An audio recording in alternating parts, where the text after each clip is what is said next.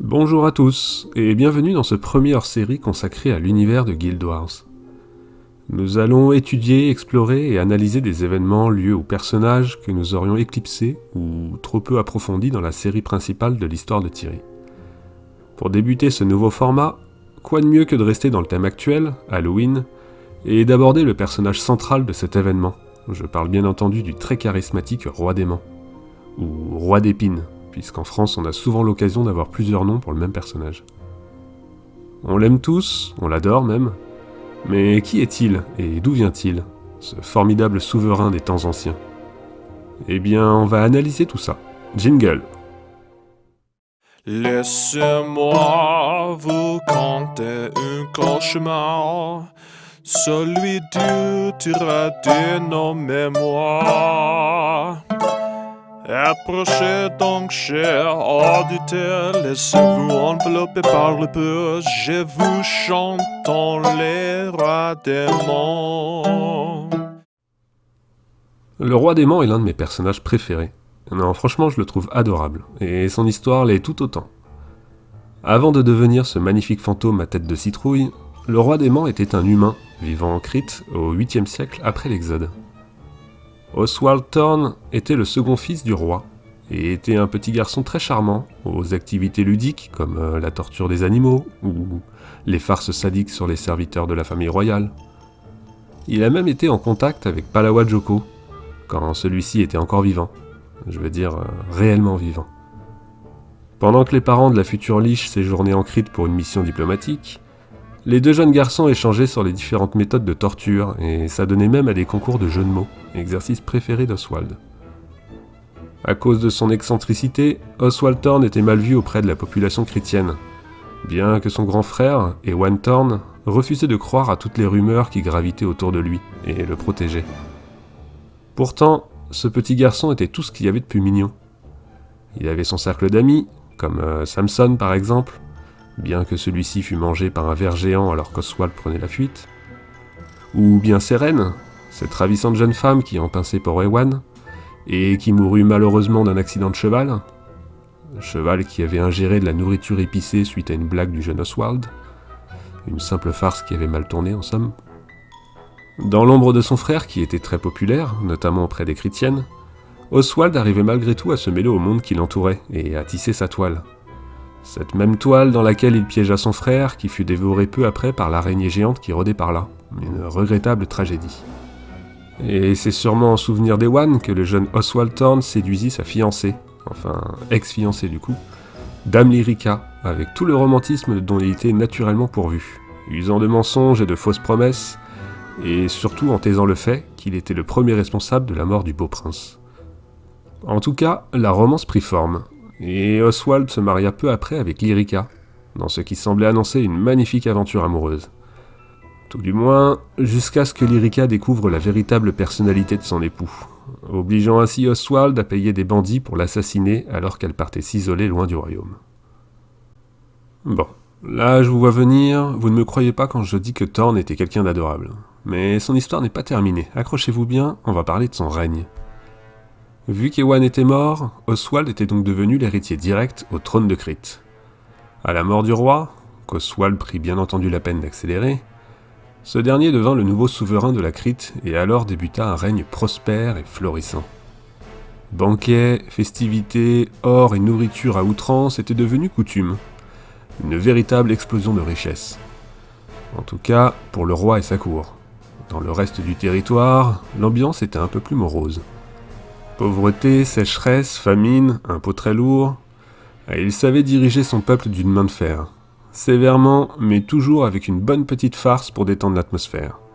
Tenez par exemple, ces villageois qui ne payaient pas leurs impôts. Ils étaient pendus, ok, mais avec une tête de citrouille sur la tête. À tout de suite, ça change d'ambiance. Au final, tout comme il n'était pas compris durant son enfance, ce fut pareil une fois au pouvoir où il gagna le sobriquet de Roi Démon. Ce n'était un secret pour personne qu'il était un peu dérangé.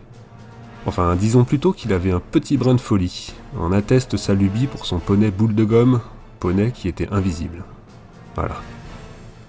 Côté vie personnelle, le Roi Démon eut au total 8 femmes, et certaines connurent un destin tragique, comme Estrella, qui fut enfermé dans un cercueil rempli de rats et balancé à la mer. Ou encore Zola, sa femme favorite, qui l'a charmé d'une façon tellement attendrissante. Écoutez bien, il a dû enlever son père à Istan, le maréchal de flotte Bénu, et menacer de le tuer si elle refusait de se marier avec lui. Si ça c'est pas de l'implication dans le couple. Et elle accepta bien sûr, et leur passion fut enflammée. À tel point qu'il la brûla plus tard sur le bûcher quand il en eut assez d'elle, ce qui provoqua une guerre entre la Crite et Istan, sous l'impulsion du maréchal Bénu, guerre remportée par les chrétiens, bien entendu. De sa vie intime résulta un enfant, un fils, le prince Édric Thorne, dont la mère est malheureusement inconnue, même si on sait qu'elle n'avait plus toute sa tête. Littéralement, elle a été décapitée lors d'un anniversaire du roi démon. Malheureusement pour Oswald, Édric fut une immense déception, à tel point qu'il l'enferma un jour dans les donjons du château royal en 825 après l'Exode. Mais le fils du roi n'était pas surnommé le prince sanglant pour rien. Il s'échappa, non sans trancher la langue des gardes au passage, et s'enfuit jusqu'au village de Pelcalis, qu'il incendia, tuant ainsi plus de 600 habitants. Son plan était alors de faire monter la colère des chrétiens envers le roi dément, afin de le destituer et prendre sa place sur le trône. Pour les machinations saugrenues, tel père tel fils. Mais pourtant, son plan fonctionna. La foule en colère assiégea le château du roi dément pendant 3 jours. 3 jours pendant lesquels le roi dément houspillait son fils, qu'il retrouva affalé sur son trône, Édric ne voulant pas perdre l'occasion de mettre son père en boîte. Mais ironie du sort, Oswald entraîna le jeune prince dans les cryptes du château et l'enferma dans une grande boîte métallique magique appelée la camisole, dans laquelle il resterait isolé jusqu'à y mourir de faim. Et cette boîte fut envoyée dans le désert distant, bien qu'interceptée en chemin pour finir à l'académie de Nolani. Le roi dément, lui, mourut lorsque la foule s'empara de son château. Démembré, chaque partie de son corps magiquement cédée aux 4 coins du monde, il était condamné à ne plus pouvoir utiliser sa magie pour revenir dans le monde des mortels. Son arrivée dans l'outre-monde fut pour le moins remarquée. Arborant un nouveau look, il s'installa dans une section du monde des morts qu'il appela le royaume démentiel, dans lequel il gouverna entouré d'une armée hétéroclite composée d'araignées en plastique, de squelettes, de gargouilles ou d'élémentaires de bonbons. Une armée effrayante. Son corps éparpillé l'empêchait de revenir en Tyrie, mais pourtant, une fois par an, à Halloween, il était capable de fouler ces terres qu'il avait vues naître et montrer au monde ses farces les plus sadiques. La cour lunatique, dévouée au roi dément, continuait nuit et jour à tenter de trouver un moyen de rompre le sceau qui retenait Oswald dans les brumes. Mais leur tâche semblait assez compliquée. En attendant, le roi dément profitait de cette journée annuelle pour influencer les mortels avec ses blagues vaseuses, rallier les plus valeureux combattants sous ses ordres et montrer tout son savoir-faire en matière de farce et moquerie, surtout si cela concernait la maman de Palawajoko. Quant à la Crite, le cousin d'Oswald fut placé sur le trône et sa lignée sera marquée par ses rois braves et courageux, comme Jadon, bien connu pour sa vaillance et son honneur, n'est-ce pas ? Voici la fin de cet épisode consacré au roi dément. J'espère qu'il vous aura plu. Il y a encore beaucoup d'informations et de personnages que j'aurais pu ajouter à cette origin story, mais j'ai préféré faire ici un résumé simple et clair. Dites-moi si ce genre de format vous plaît, ou si vous préférez que je détaille davantage, quitte à faire une vidéo plus longue.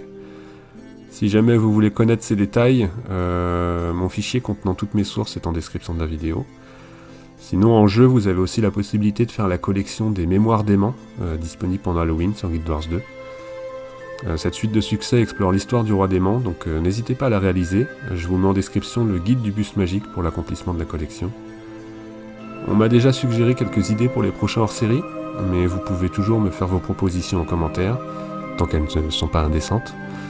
En attendant, portez-vous bien et à très bientôt. Salut!